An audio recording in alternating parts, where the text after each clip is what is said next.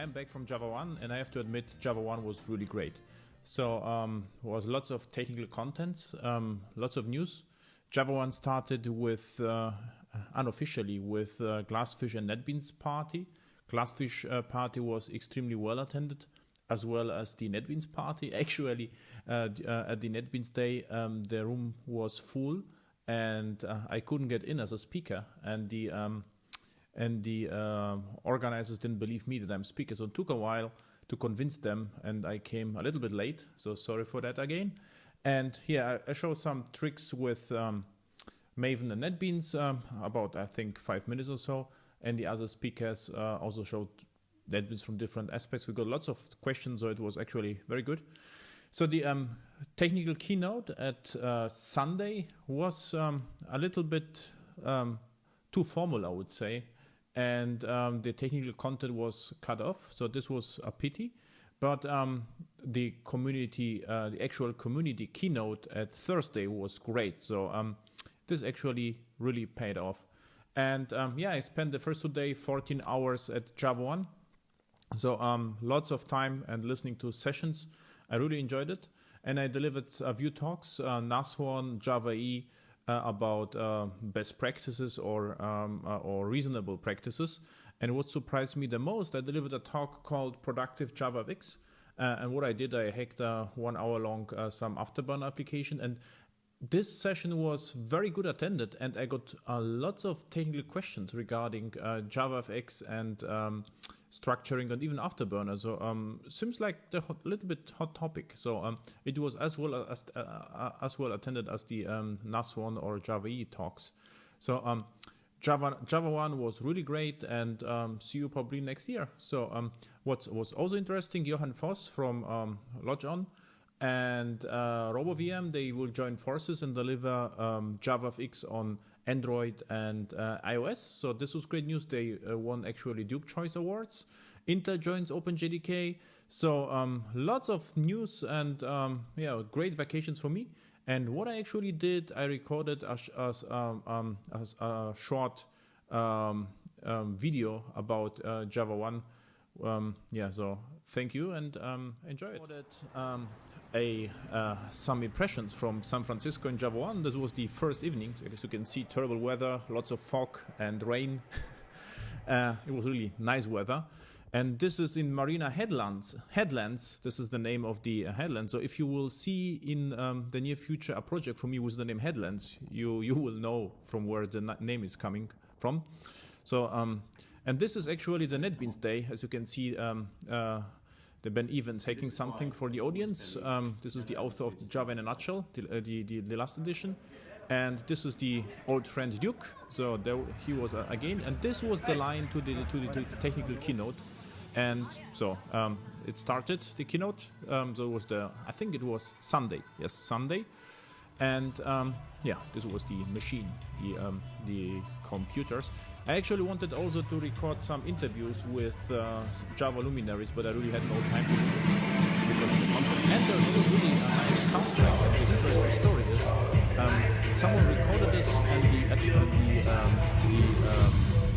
the rock stars within the video didn't even knew this. And this is the Exalogic. This is, I think, one of the fastest computers on planet. So as you can see, still with Sun logo, which is somehow nice. There are lots of Exalogic. And this is the robot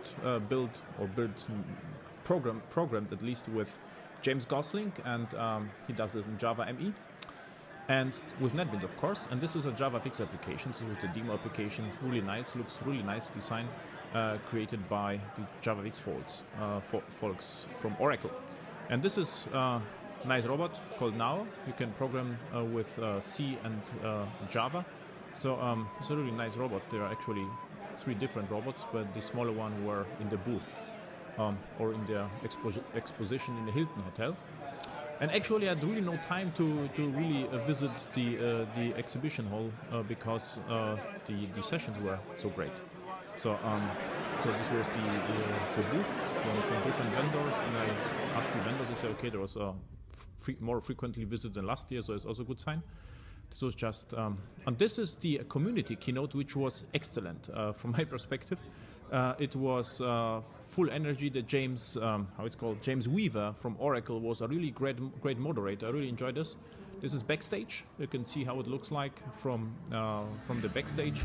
And this is our friend James Gosling, the inventor of Java. And with this branding and invention as t-shirt shooting, and the thing once he shoot outside of the hall, which is remarkable. And this is the last day, the last evening. Everyone enjoyed Aerosmith. I skipped and cancelled Aerosmith because it takes too long, and yeah. So the first question is actually from chat, and I saw the question. This was from last time. Sergio asked me, "We have wars communicated with other with REST. Also, do you use separate models, databases per service, a la microservices?" So, and this was I cannot remember the context anymore, but it is actually the case. So what I try to achieve in my projects, build a few monolithic wars. So what monolithic means, so we just skip to this. So what monolithic means is I have wars like this. One war. And in my case, even each war runs on a dedicated virtual machine on an application server. And of course, they are isolated because there are actually two processes. So there is just Java communication is not possible. So what I use HTTP, REST. And in one current project, we use actually in-memory grid, so Hazelcast. It looks like we write to a map, which is automatically distributed to all cluster nodes. So we use Hazelcast for communication, but you could also use Coherence or EHCache or whatever. And the Hazelcast is great because you can even register here listeners. So if something changes here, you get notified here. So it's actually almost like a GMS. You could also use different protocols like Kafka or IMQP or whatever. But the idea is to be binary decoupled. And to be decoupled here, in my project, we use JSON for communication. So the maps come from JDK, so there's no real coupling. And we use JSON for communication between wars. You can equally well invoke this via REST. And what REST means is a nice business API. So now we covered the last question from last time. So somehow I didn't saw this. So, and I think this is answered. This also answered. Yeah, okay. So the next question is, so I get a couple of questions and I just have to go to the blog to see the last one. So we covered the very first one. So different ways to reference an entity manager from an entity. This is somehow recurring topic. And actually they are, let's say, three possibilities. No, let's say there are three possibilities. The first one is thread local. So the pattern is called context holder. So you can just go to the patterns repository or see my book. There's so-called context holder pattern, and the context holder I implemented in two different ways. In one way, I used thread local. So this had nothing to do with Java EE, even a little dangerous in Java EE because it is dependent on threads. And you can put the entity manager to a thread local and access this thread local from any entity you like if they are running in the same thread. And what I usually do, I implement a static method, so helper method. So, and with the static import, I can just invoke the entity manager with something like EM, and I get the entity manager in the entity. So it looks like something like this.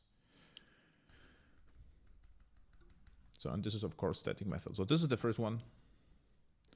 So the next one, the next possibility is the JNDI lookup.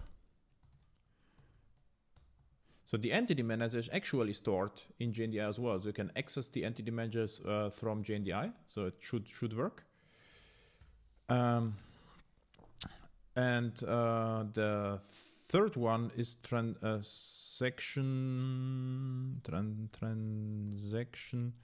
synchronization registry.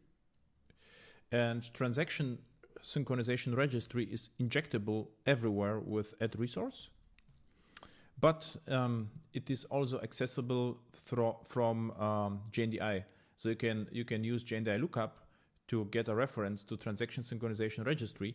If you have the registry, you can store whatever you like in the transaction synchronization registry, also the entity manager. So it's also possible. Of course, the last possibility is to pass it as some parameter, which is a little bit boring. But again, thread local, JNDI lookup, and actually I wrote an article, and the article I think is even free.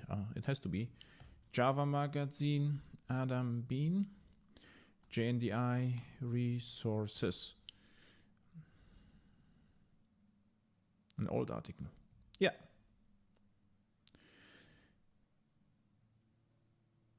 Perfect. And it was exactly 3 years ago, lots of time. So what I described here, there you can use add resource, add inject and persistence context to reference different resources and as well as the entity manager. So we'll pass this to the chat. Yeah, perfect. Oh, I get also a very good question. Multiple heterogeneous persistence units, not XA. How? Best practice. This is actually a perfect question. I think this is one of the most discussed questions during the regular AirHacks in Munich. So in one day, I think we spent half a day discussing this. So actually, if you have something like this, you have different persistence stores, like let's say database, let's say flat file, there are no transactions at all. The only thing you can do is attempt to be idempotent. What idempotent means is, let's say if you have a write, you should use an ID. So if you have multiple writes, you're not causing any duplicates. Then, of course, if something went wrong, you can retry until it just works. The problem with this, it is actually impossible to be consistent. So if you have, let's say, two different databases which are not transactional on a flat file, it is game over. Actually, it is impossible to keep all three resources consistent. So what you should do instead, be asynchronous, go to the first resource, do something. If it fails, you need a compensative transaction, which is not a technical transaction rather than a business transaction. So what it actually means, if you ordered something, the transaction should be, to attempt to cancel the order. And what can, of course, happen, some costs could be involved, like also a hotel cancellation or something like this. So the point being is you cannot solve it by technology. You have to solve it with business. So this is the Twitter handle I cannot even remember.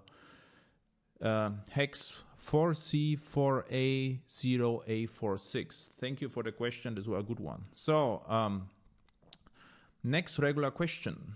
So where is it?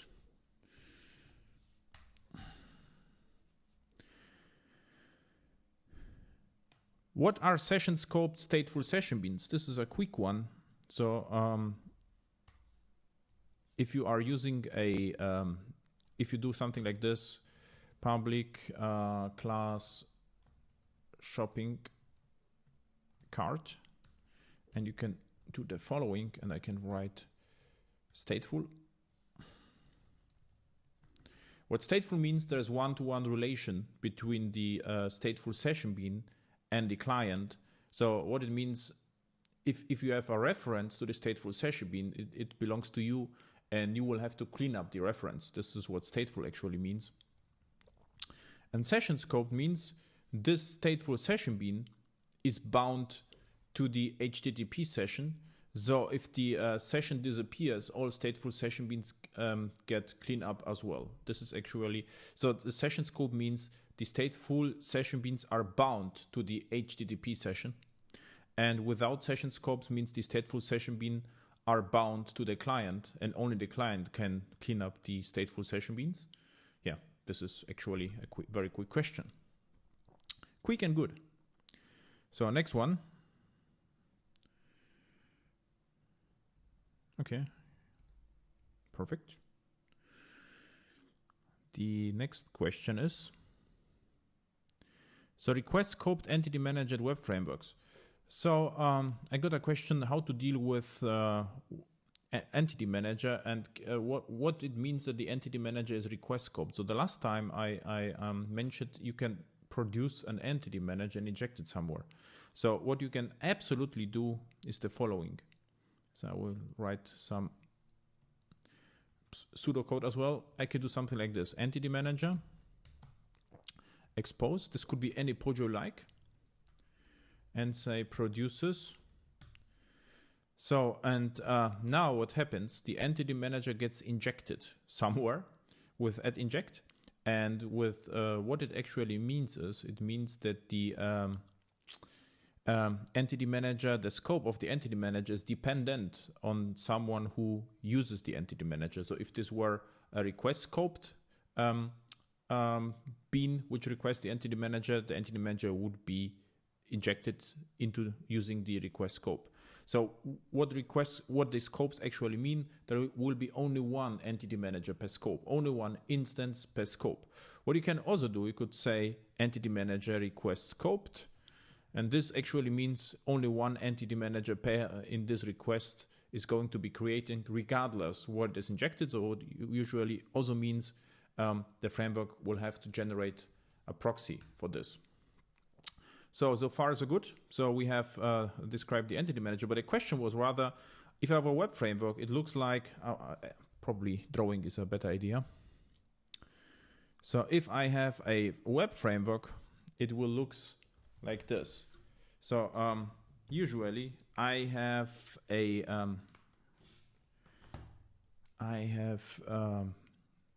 let's say JSF. So I would have a backing bean, which is usually a model here. And the model, I would inject a boundary. What boundary is a stateless session bean. So what happens right now is the transaction is getting to be started here and committed here.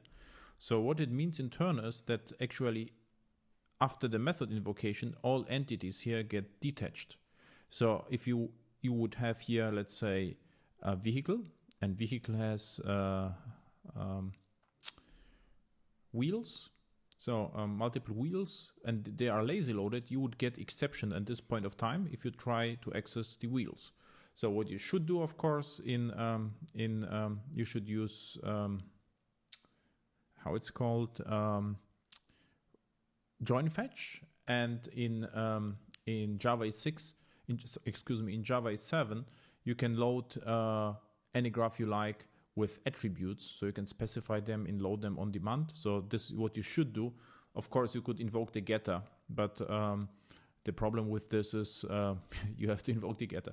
So what usually happens in some projects, they decide to use DTOs, which is somehow crazy. So they are forced developers to copy all the data from the entities to DTOs to solve the problem with of lazy loading. So now there is a pattern called, and this pattern says that what you can do is you can keep the request, the transaction opened a little bit longer. So let's say here, and in order to do so, you usually could use a filter, servlet filter, and servlet filter is applicable on any Java EE framework you like. So if you have the filter, then the transaction could be open here and closed here. So it means that in the entire backing bean, you can lazy load all the dependencies. So if the application gets a little bit more complicated, a little bit more sophisticated, loading on each request all the entity graph is not a very good idea. So what you can do instead, you can keep everything stateful. And in this particular thing, what you could do, you could inject an extended entity manager here and keep the model or the stateful session bean. It needs to be stateful then. So and extended entity manager means the entities are not getting closed here at the end of transaction. So transaction does not cause closing the entity manager and detaching the entities. Now, and someone suggested the last time what you could do, you could create a filter, which, for instance, produces an entity manager, which is extended. And then the entity manager could be injected here, here, or here. And the whole all objects which participate in the session would have a reference to the entity manager. It would work. I never did this. It's actually a very interesting idea. And if someone asked the question on conference or whatever, I will probably implement a proof of concept.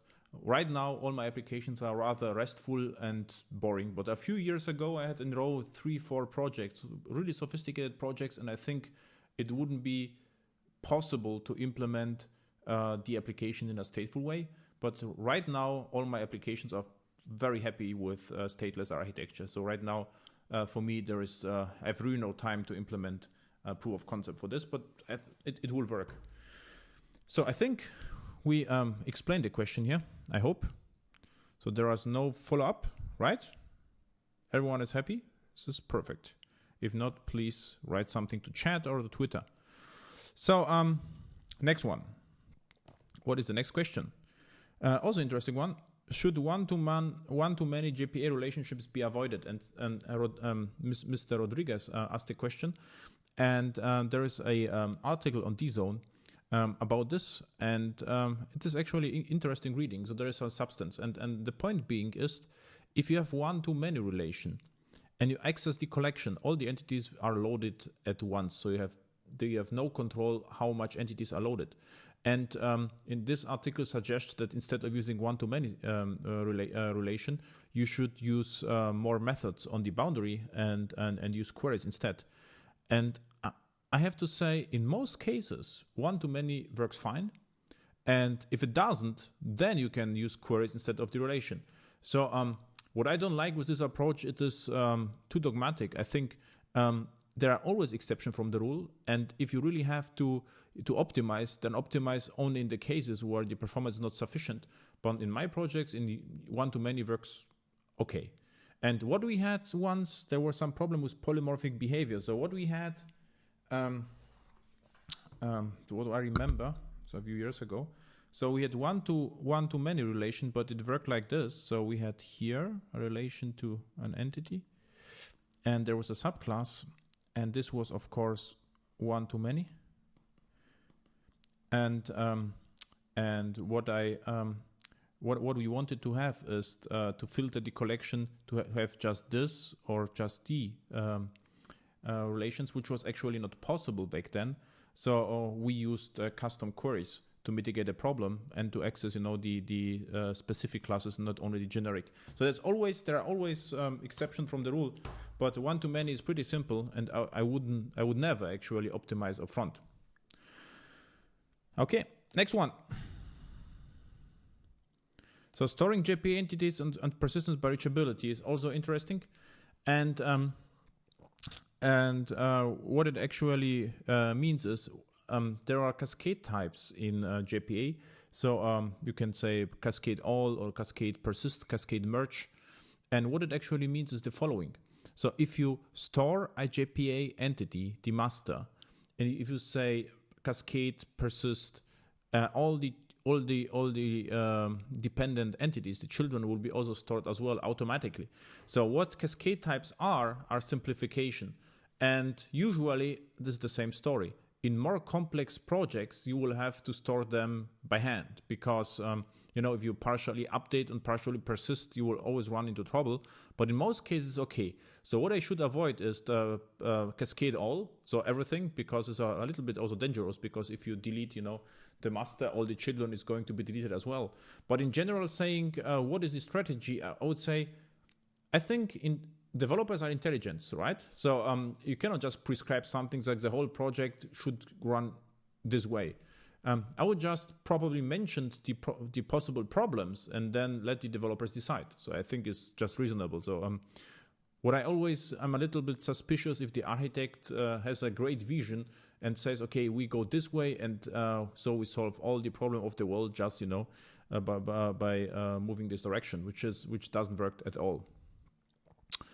So another topic is Jenkins and microservice.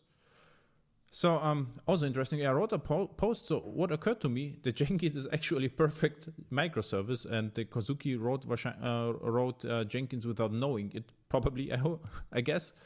And what I meant by this is the following.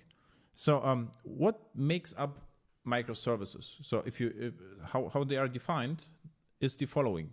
They are fine-grained, so it means they are rather small. They serve a single purpose. They are self-contained, so it would mean there is a war. They can be easily started with java-jar, for instance. Java-jar. So this is what Jenkins also does. You can start Jenkins with Jenkins ci.jar, and it just is built in HTTP server and just starts from within. Not jar, sorry, war even from within the war. And now it becomes more interesting because I got some comments from the committers from Jenkins say, yeah, but it's plug-in based. What I actually meant, even you are writing plugins here, but if you, for instance, how I use Jenkins orchestrates, for instance, on my server, Docker services. This is done by Jenkins, and it communicates with Git, communicates with Jenkins, and many systems actually interact with Jenkins. So Jenkins itself exposes REST API, which is accessible via Git, and it also orchestrates usually different parts of the system. So it is in my eyes, a perfect example for a microservice, a really old one. So it is self-contained. So all the data with Jenkins home is usually stored within the Jenkins. You can start multiple instances. This is what occurred to me, and it caused some discussion on my blog, which I found curious. It was just I did some Jenkins work. Like, oh, actually, if you think about this, it's a real microservice. So that's all about microservices. And another recurring question is, how many stateless session beans can be added in my application? I think because of performance. And I would say regarding to performance, you can start as many as you like. So the overhead of EJBs are view proxies, dynamic proxies. And if you start millions, of course, then you will have multiple instances because you get a POJO plus all the proxies. So there can be a reasonable number of instances, but usually you will never have millions of stateless session beans. Usually you will only have a view, and having one stateless session bean for each entity class would work in practice for sure. Even if you have 1,000 entities, would work perfectly. But the problem is why you would like to do this. One session bean for an entity class. I would rather, in my projects, we have, I would say, one boundary for 5 to 10 entities, and not 1-to-1. So from the architectural perspective, is rather strange. From the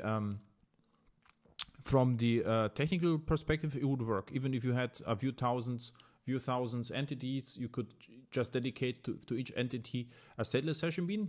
I wouldn't expect any performance problems. But from development perspective, architectural perspective, and maintainability perspective, it's a little bit crazy to do so. Okay. So, by the way, what you also hear, Java 1 got a really great soundtrack. So you have to check it out as homework. It's really nice. So I put it here. And if there are no more questions, then I would just briefly come back to Java 1. Oh.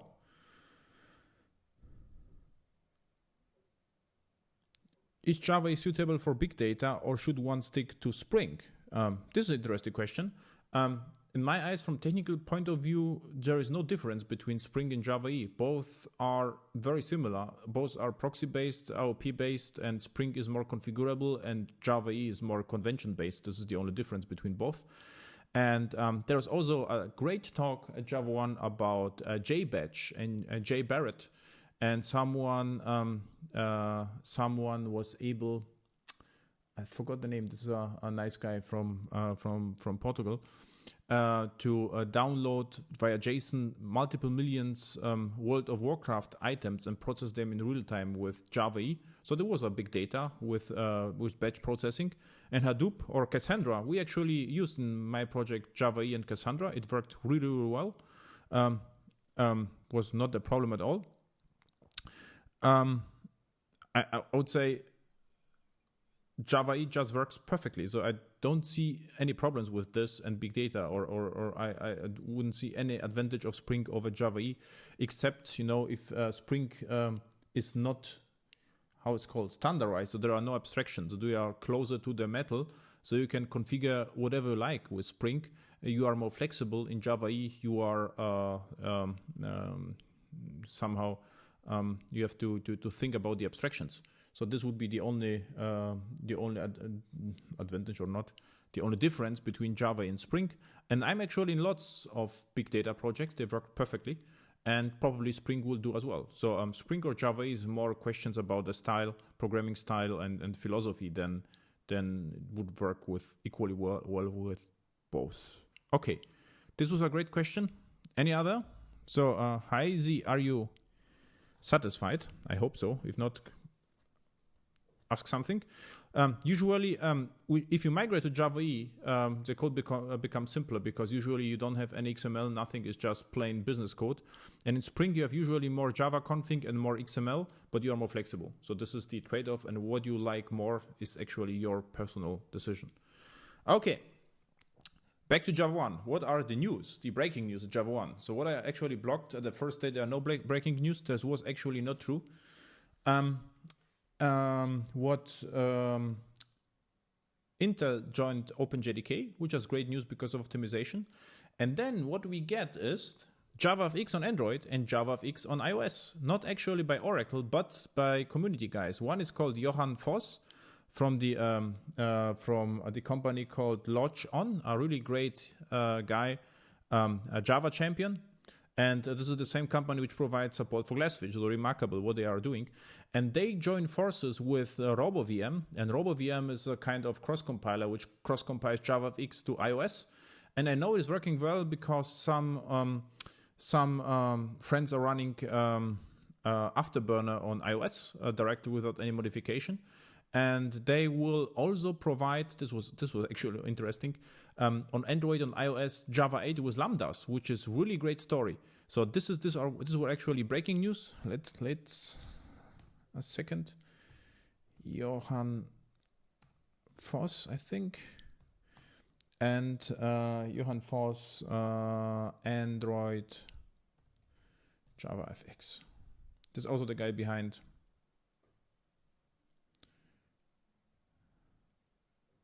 or Lodge On. I think this is the, yeah. And he also won Duke Choice Award. So check this out. This could be interesting. And RoboVM. And they both join forces and then provide together.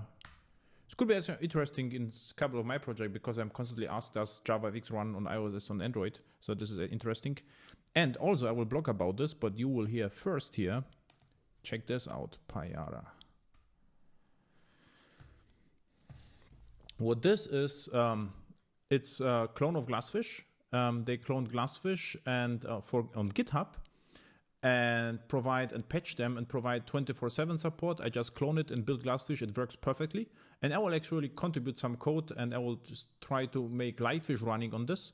And this is a great story also for my clients, because I can constantly ask, who provides support for Glassfish. And with this, Glassfish could take off again, because there's a nice repository on GitHub. It is backed up by a company called C2B2. It's a larger company in UK. And at Java 1 met the guys behind this. They're really skilled developers. So I think this could get a lot of momentum. So I will blog about this, promote this a little bit, and also try to contribute source code. Right now, I had actually no intentions to contribute source code back to Oracle, because they're running Subversion, and actually this is terrible. So, but it was GitHub. Why not? It just takes a few minutes. So so just check this out. And of course, on GitHub there is if you go to GitHub, there is also Payara repository, of course. And this is you see, Monsieur Milic push something to Payara, and this is the repository. So clone it, build it. If it doesn't build on your platform, please write issues. So, and now I saw a question in chat. Project Spring.io, Spring Data. Yes, Spring Data is nice. It's like abstraction of all the, it's like a DAO abstraction. But in Java, we have data nucleus and we have all the stuff. In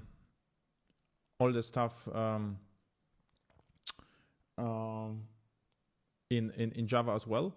And at Java 1, how it's called, David Blevins did on-stage performance, and he wrapped CMP2 entity beans, and they looked like Spring Data from the outside, and everyone was delighted, and it turned out it was 14 years old technology. So yeah, Spring Data could be nice, but it's just another abstraction.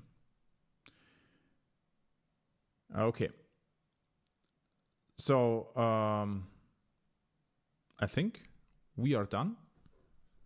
Oh, what do you think about having PLSQL as backend? Someone asked me, what do you think having PLSQL as backend?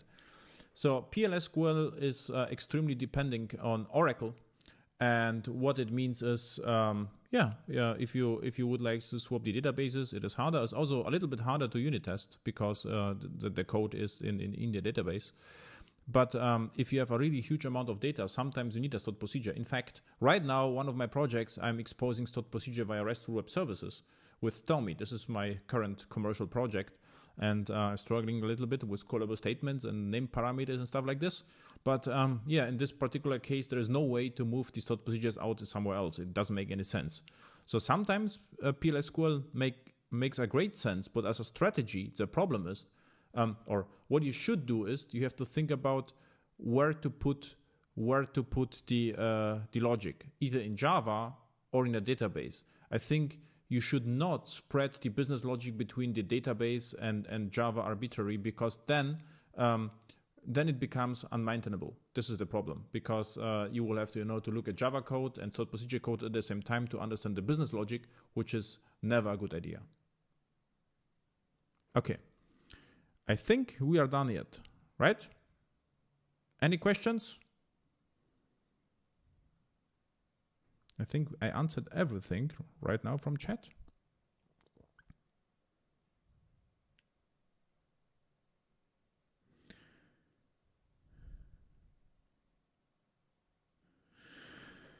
Is Spring View more suitable than JSF? Also an interesting question. It's a general question. What you should do, use how it's called, look at JSF HTML5 markup, I think it's called. Yes, HTML friendly markup. And this is actually great. What you can use JSF absolutely with Bootstrap, and doesn't make, and prime faces is just a component library. On top of JSF, you don't have to use prime faces.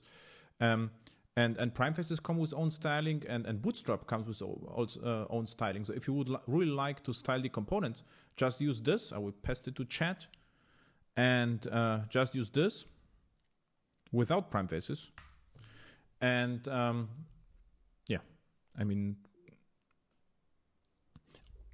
another great solution. Just look at this VRaptor.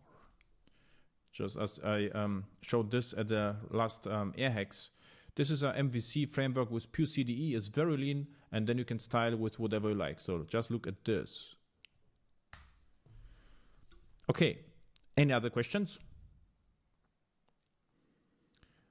So if not, I have to move to Berlin. I'm tomorrow in a conference. So what they ask me to deliver a talk about soft skills. They don't know what they are doing, I think. I'm talking about soft skills, but I will deliver a talk, rationality-driven design, without any coding. So I'm curious what happens actually tomorrow. It's an Agile conference, and I'm not pretty kind about Agile, because from my perspective, it's just reasonable. You don't have to call it Agile or whatever. So, but if you like, see you tomorrow in Berlin. It's called DOSE, D-O-S-E conference. And for 1 hour, and then I have to code a lot my stored procedures. So thank you for watching, and see you next month. And the first time we are ready to go in 45 minutes. So thank you for watching, and see you at upcoming workshops. Airhacks in Munich. So we actually in October we have 2 days Java EE testing and what's the else in quality. Yeah. We have still places. So I think we are over 10 registrations, but they are still. So this one, Java 8 with Java 7. So I will talk about in-memory grids, lambdas, JPA, how Java 8 will impact the architecture, and Java 7 deployment automation, SonarQube tools and whatever. And in December also it will be pretty crowded already on multiple registrations for December. So see you there or next month here for free. Airhacks.io. Thank you for watching. Bye.